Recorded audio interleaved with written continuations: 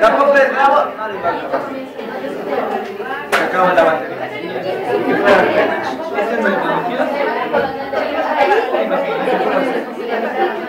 Porque aquí está diciendo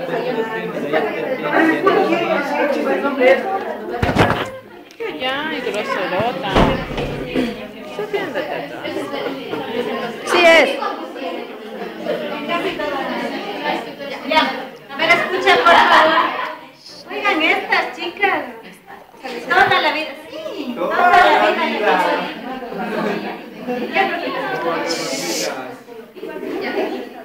Hagan silencio, por favor, gracias. Ya. Entonces, buenos días con todos. Vos también tienes que dar examen, por si acaso. Ya, entonces, nosotros vamos a exponer acerca de la imagen colonial del Inca. Ya. Empezamos con la representación en el siglo XVI. Ya. Sistemas de representación. Como nos decía en el texto, es un poco difícil medir el impacto que los sistemas de representación nativos en la cultura colonial latinoamericana y el impacto real que tuvo el sistema europeo de representación en las culturas nativas. Entonces llamamos a un sistema de representación a las formas que tiene una cultura o una comunidad de expresión, ya sea artística o sea de la vida cotidiana.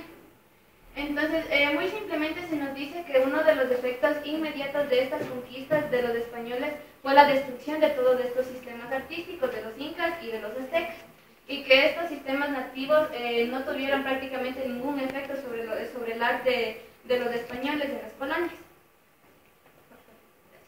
Entonces aquí podemos ver una imagen que vendría a ser una pintura europea y una vasija que vendría a ser el arte precolombino de aquí del Ecuador.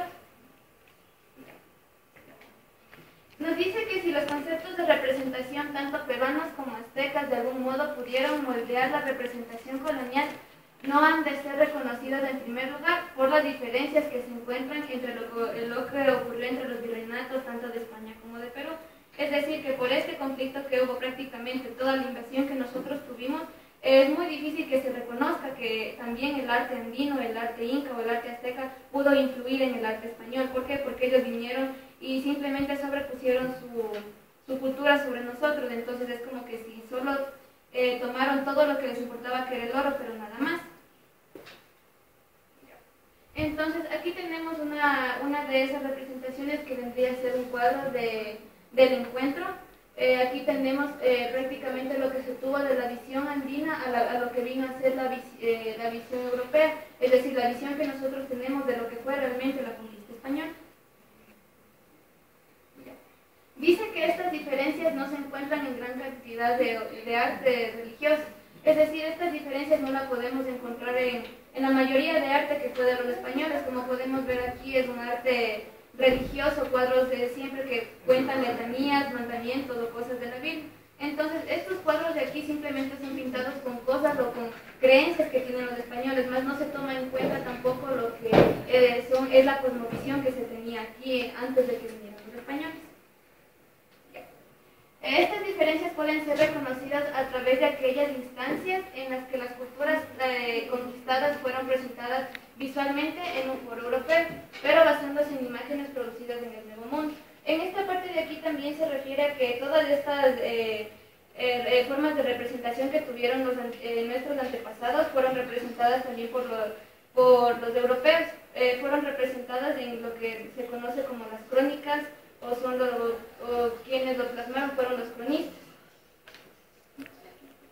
Este es un libro de lo que se recopiló durante las conquistas que hubieron aquí en América, que son la descripción de las Indias occidentales de Antonio de Herrera, cronista mayor de las sincronistas de Castilla. Entonces, en libros como estos se iba recopilando prácticamente todo el arte o todo lo que ellos observaron en cuanto a la vida de las comunidades que aquí se asentaron antiguamente. Ya. A ver, para hablar de la representación de los incas como lo hacían los europeos, nos damos cuenta que cada uno de estos reyes está identificado por el nombre y cada uno es mostrado con una corona imperial que se llama la mascaipacha. Ya, también llevan grandes orejeras. A los incas principales se los conocía por eso y se los llamaba los orejones. Ya, también, bueno, otros rasgos tales como los escudos, o sea, sí representan más o menos los objetos usados por los incas. Pero a pesar de toda esta corrección iconográfica, estas imágenes son tomadas, o sea, no corresponden fielmente a lo que fue un inca, sino que estaban hechos para una visión europea. Esto significa que se tomó una fuente, como fuente una pintura colonial producida en el Perú, o bueno, en este caso en toda la parte de los incas, realizada para una audiencia europea. La mayoría de estos retratos fueron pintados por personas peruanas, pero bajo la visión europea, es decir, por ejemplo, los curas y ellos eran como les decían que cómo querían que representen a estos incas. Y les hagan silencio. La próxima les bajo puntos a los que están conversando. O sea, respeten al compañero que está exponiendo. Es un examen. De esta manera decimos que se empleó una fuente europea colonizada para imágenes peruanas basadas en nociones europeas recibidas acerca de cómo debían parecer las cosas. Es decir, los europeos querían saber cómo eran los indígenas de aquí de América. Entonces, solicitaron que se hagan estos cuadros, que claro fueron hechos por personas de aquí, de origen americano, pero con ya las visiones europeas. Ya, más tarde el cronista Sarmiento de Gamboa y Cristóbal Molina escriben que han visto pinturas andinas sobre madera, pero no describen, o sea, no cuentan, como decir, una historia de lo que quería decir, solo les mandan a los europeos, por ejemplo, si había una montaña, dicen, en el registro ponían montaña, si había un animal que se parecía, no sé, a un jaguar, ponían jaguar, simplemente ellos no leían como podían hacerlo los incas. Ninguno de estos autores describe qué aspecto tenían, sino mencionan la información contenida en las imágenes. La representación inca no parece haber sido usada para presentarse a sí misma, es decir, era una metaimagen lo que ellos tenían. Las imágenes, es decir, bueno, en los incas no representaban justamente la imagen, o sea, el sol no justamente significaba el sol, como para los europeos. Para los incas significaba otra cosa. El problema se dio cuando los aztecas, ellos tenían en cambio una forma diferente de plasmar las historias. Ellos sí hacían mediante dibujos y en una superficie plana. Ya.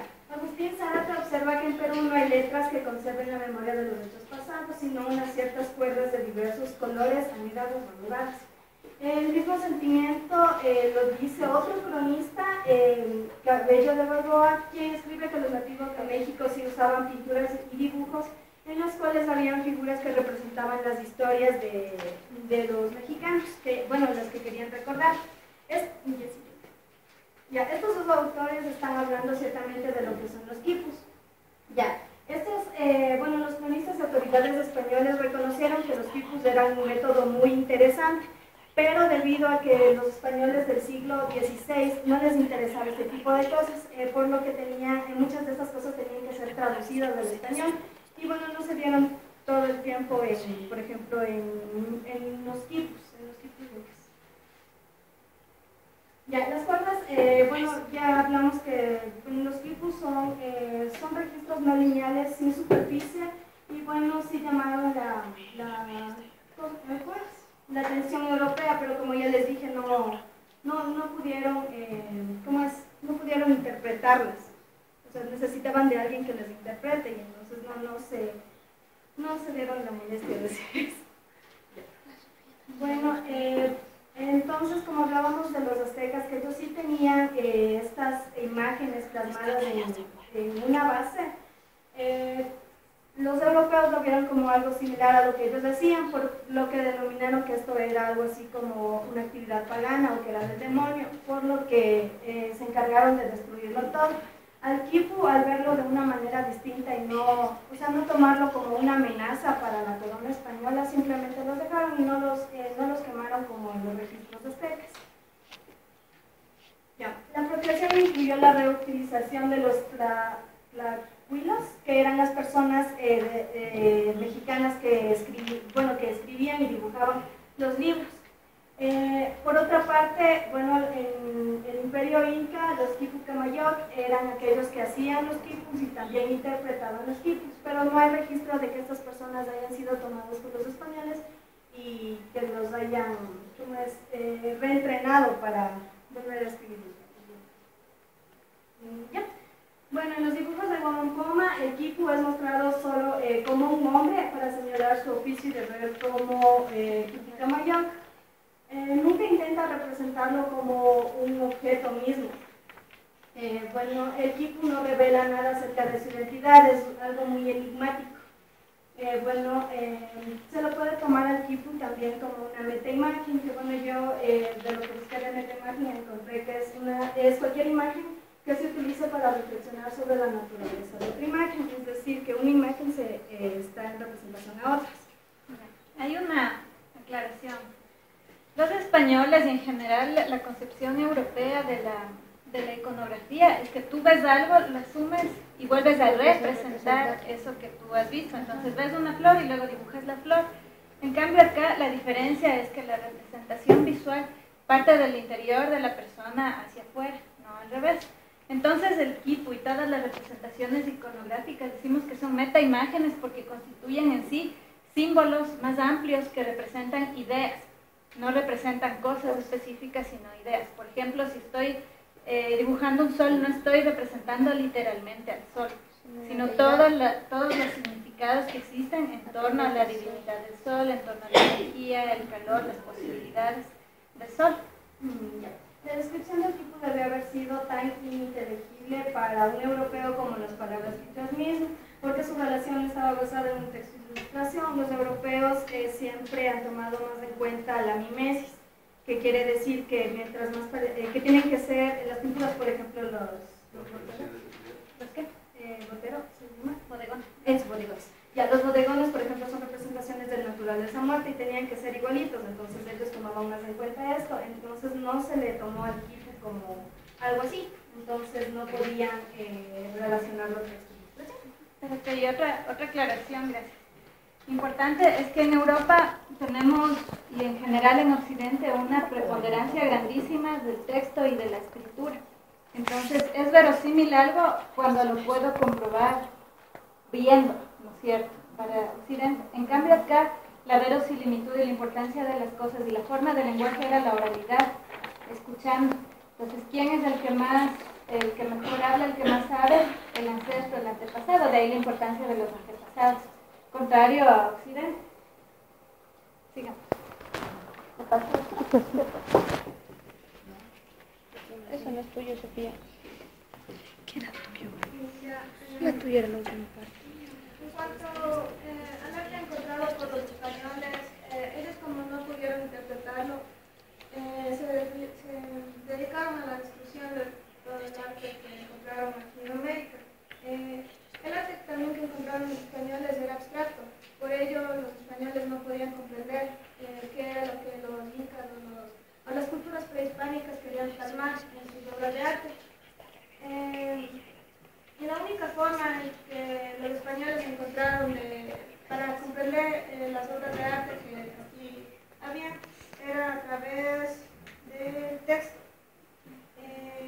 Porque según los españoles el arte andino no plasmaba ninguna idea y no tenía ningún significado, era pagano, idólatra. Es por ello que hay mucha literatura que los catalogan como personas idólatras y paganas, porque los españoles fueron los que se encargaron de interpretar a su manera lo que aquí había.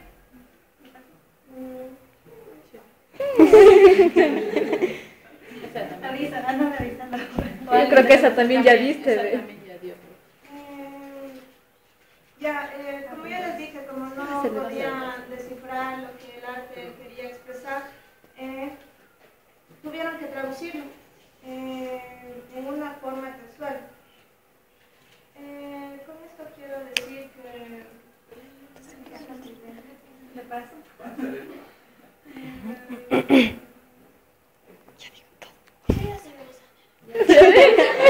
Dile que avises. Póngale cero, profe. Así, las imágenes podían ser usadas para representar un carácter histórico, prehispánico y sus hechos.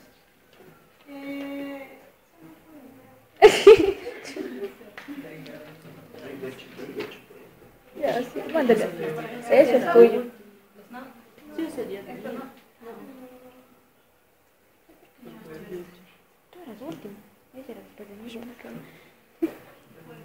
Y a los historiadores que vinieron acá a América, en su mayoría los que el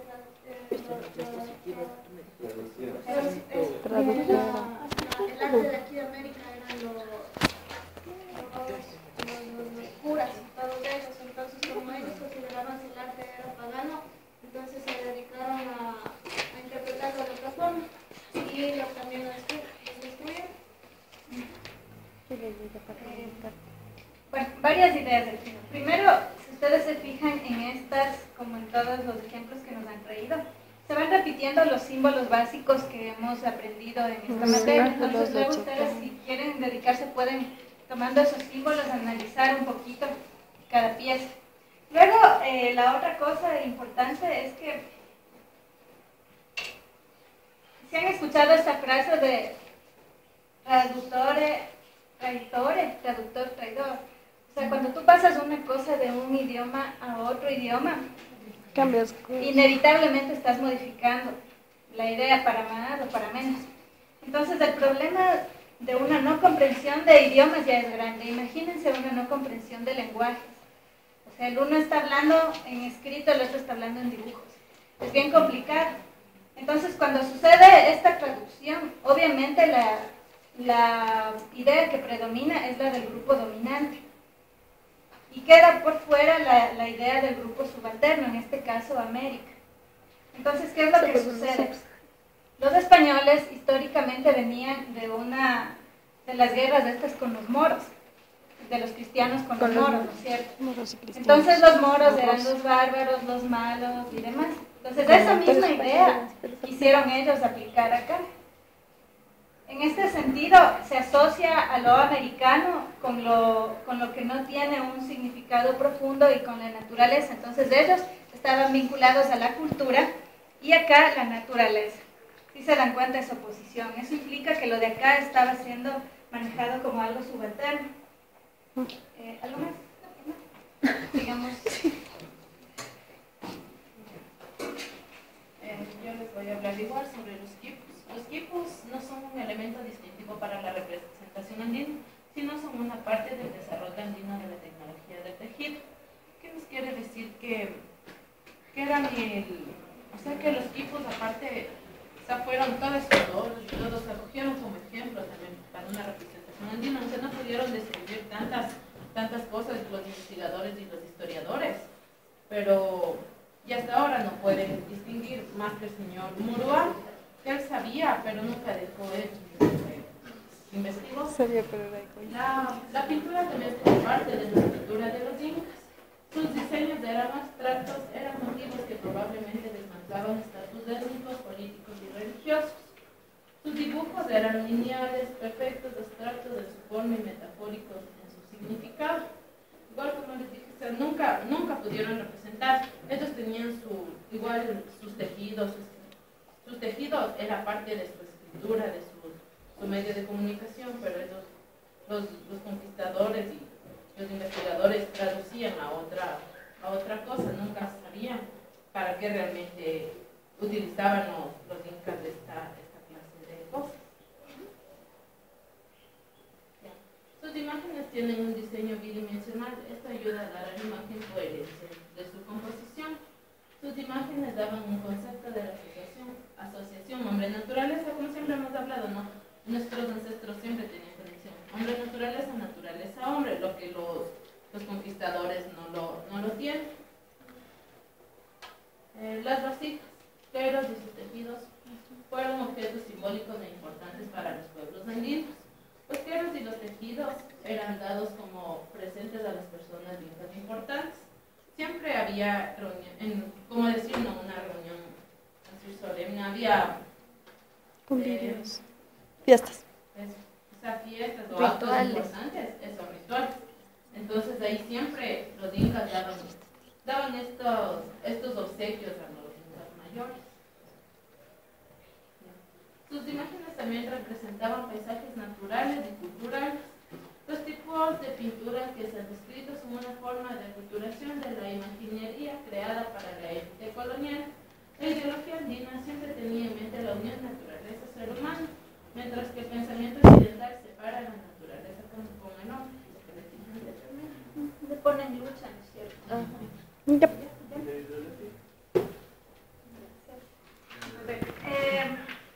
Primero una pregunta para la... Dale. No, para la Marina es Primero, primero. Marina. ¿No ves? A ver, Marina, ¿cuál sería la diferencia fundamental entre los sistemas de representación incas y los aztecas? La diferencia fundamental que encontraron en español. Ya, bueno, los españoles se dieron cuenta que los mexicanos tenían algo parecido a los españoles, que ellos plasmaban con los dibujos las historias. Bueno, los españoles de manera hablada o escrita, pero estos personajes aztecas mexicanos tenían dibujos y podían leerlos fácilmente. Por ejemplo, veían un ritual, pero ellos, los españoles, veían en esos dibujos un ritual todos acomodados y adorando al sol, pero ellos simplemente ponían eso, los indios adoran al sol y nada más, y era algo pagano. Ya, entonces la relación que tenían los aztecas, mexicanos y españoles era algo similar a lo que estaba plasmado en algo plano, como nos habló Marcos Guerrero. O sea, había la base fundamental de ellos, de la escritura y todo eso, es el punto. En cambio, para los incas no era así, es el cuadradito. Y los incas plasmaban, en cambio, sus recuerdos, sus memorias en los quipus. Por ejemplo, los quipus tenían diferentes colores, cambiaban los giros y todo eso, y eso significaba para los incas las historias. Y los españoles no podían interpretar eso como una amenaza, se podría decir, como eran los mexicanos. Entonces no pudieron destruir los quipus, eso sería la diferencia. O sea, como ellos manifestaban sus cosas de manera escrita o dibujada, y los incas en quipus.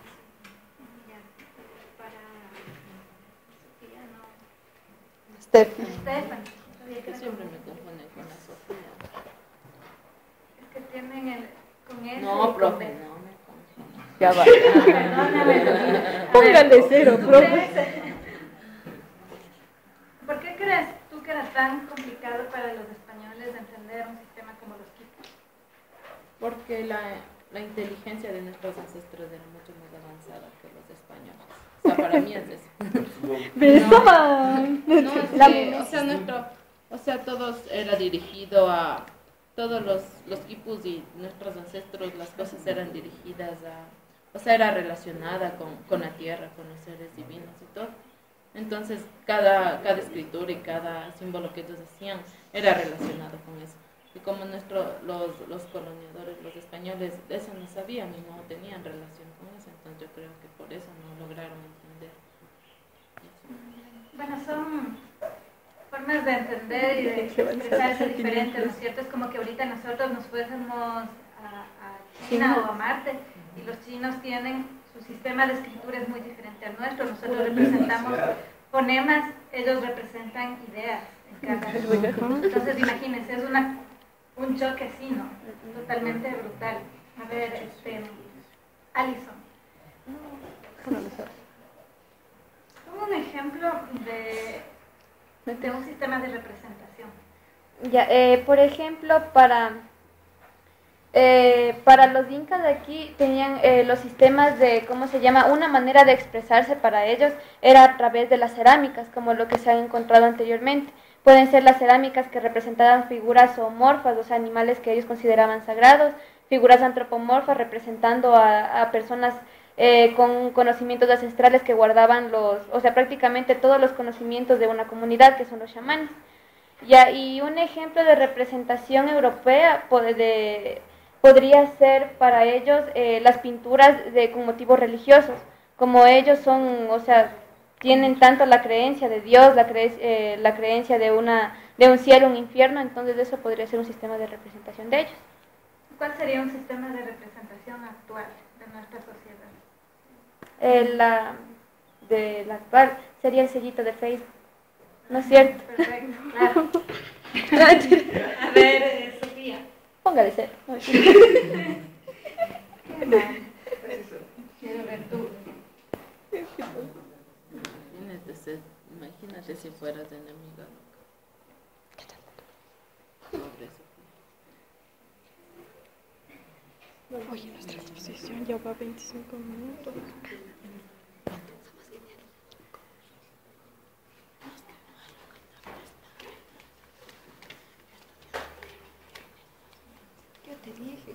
A ver, Sofía, ¿tú consideras, ahí dice que el arte andino requería ser traducido? ¿Tú consideras que el arte andino necesita ser traducido o qué necesitamos de ser? El arte andino necesita ser explicado, o sea, más bien interpretado, porque una concepción de una persona no va a ser igual a la otra, pero el significado del arte está ahí, entonces eso hay que investigar y tener conocimiento de lo que quiso plasmar el artista.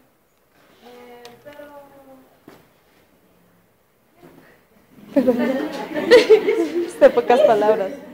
Gracias.